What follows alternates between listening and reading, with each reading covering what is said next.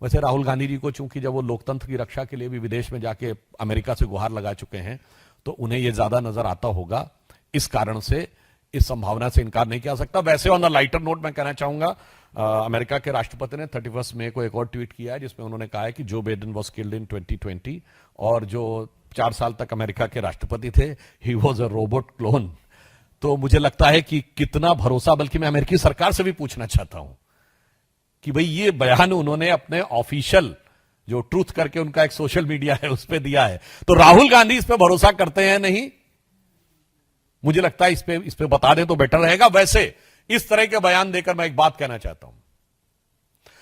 पाकिस्तान के प्रधानमंत्री शहबाज शरीफ का रिकॉर्डेड वीडियो अवेलेबल है जिसमें वो कह रहे हैं 9 और 10 अगस्त की दरमियानी रात को 2:30 बजे मेरे जनरल आसिफ मुनीर ने मुझे जगा कर यह कहा कि वजीर आजम साहब, पाकिस्तान के कई एयर बेसेस के ऊपर अटैक हो गया है और नूर खान एयर बेस पर भी मिसाइल गिरी है।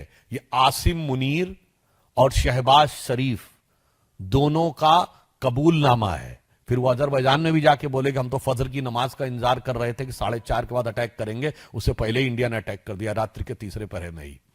तो मैं पूछना चाहता हूं राहुल गांधी जी से कि शहबाज शरीफ और आसिम मुनीर के इकबालिया बयान के बाद भी अगर आपको समझ में नहीं आ रहा है तो आपको क्या कहा जाए? राहुल शरीफ कहा जाए या राहुल मुनीर कहा जाए?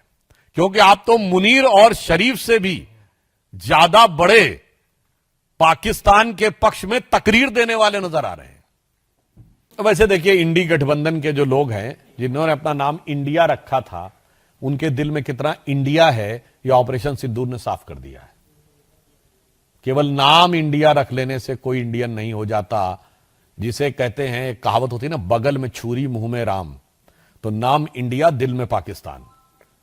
जिस तरीके से बड़े बड़े नेता, चन्नी साहब भी तो पंजाब के पूर्व मुख्यमंत्री हैं, वो क्या बोल चुके हैं, देखिए कैसे पाकिस्तान कोट करता है। सिद्धारमैया कर्नाटक के मुख्यमंत्री हैं, वो बोल चुके हैं। उसी श्रेणी में अब भगवत मान जी भी बोलने लगे। और वैसे भी तो वो ये पार्टी, वो वाली पार्टी है ना जिसने सबसे पहले सर्जिकल स्ट्राइक पे सबूत मांगा था। तो मुझे लगता है ये लोग जो बोलते हैं इसे गंभीरता से नहीं लेना चाहिए। ये आदतन बोलते हैं और फितरतन बोलते हैं।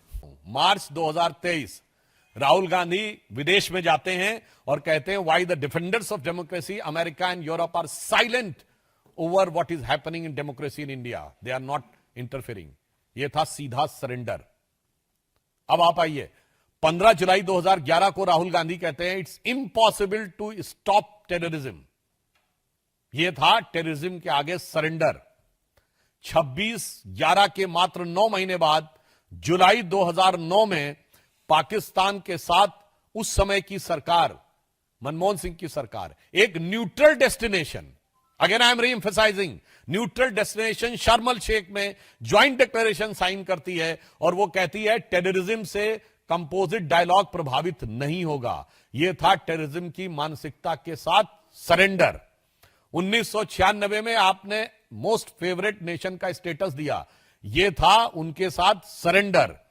अब आप आइए, 1971 में 93,000 प्रिजनर ऑफ वॉर थे, फिर भी पीओके नहीं निगोशिएट किया। अरे लेना तो छोड़िए, निगोशिएट नहीं किया। यह क्या था, 13,000 किलोमीटर हमारा पंजाब और सिंध का हमारे पास थे, वो छोड़ दिया। यह था शिमला में सरेंडर। और यह मैं हवा में नहीं बोल रहा हूं, बेनजीर भुट्टो ने अपनी किताब डॉटर ऑफ द ईस्ट में लिखा है कि जब वो शिमला समझौते के बाद रावलपिंडी पहुंचे तो उनके और उनके पिताजी का इस गर्म जोशी से स्वागत हुआ कि जंग हारने के बाद वो डिप्लोमेसी में सब कुछ जीत के आ गए। I am quoting the book of Benazir Bhutto. अब आइए, 1965 एक न्यूट्रल डेस्टिनेशन ताशकंद में समझौता होता है और हम लाहौर से केवल 20 किलोमीटर तक पहुंच गए थे, वो और हाजी पीर का दर्रा, जिसके लिए वीर अब्दुल हमीद जैसे कितने शहीदों ने बलिदान दिया, वो सरेंडर कर दिया। 1962 में अक्सई चीन को सरेंडर कर दिया। कहता है ये तो हमें यहां पे कुछ उगता नहीं है। अब भाई जैसे उन्होंने, नेहरू जी ने कहा था भाई हमारे भी सर पे बाल नहीं उगते, तो ये महावीर त्यागी जी ने कहा था, वो सरेंडर। और 19 नवंबर 1962 जवाहरलाल नेहरू ने जॉन एफ कैनेडी को लेटर लिखा है कि आप अपने B-2 बॉम्बर्स भेजिए, अपने एरोप्लेन्स के 2 स्क्वाड्रन भेजिए, अपने पायलट्स भेजिए। means in a way you were giving command of Indian Air Force to the US and it is declassified in 2010. ये था सरेंडर. 1960 80% पानी सिंधु नदी का पाकिस्तान को सरेंडर.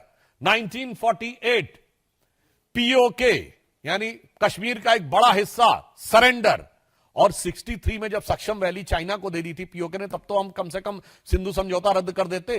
और 1947 में मुस्लिम लीग और जिन्ना के आगे 1/3 ऑफ द कंट्री सरेंडर.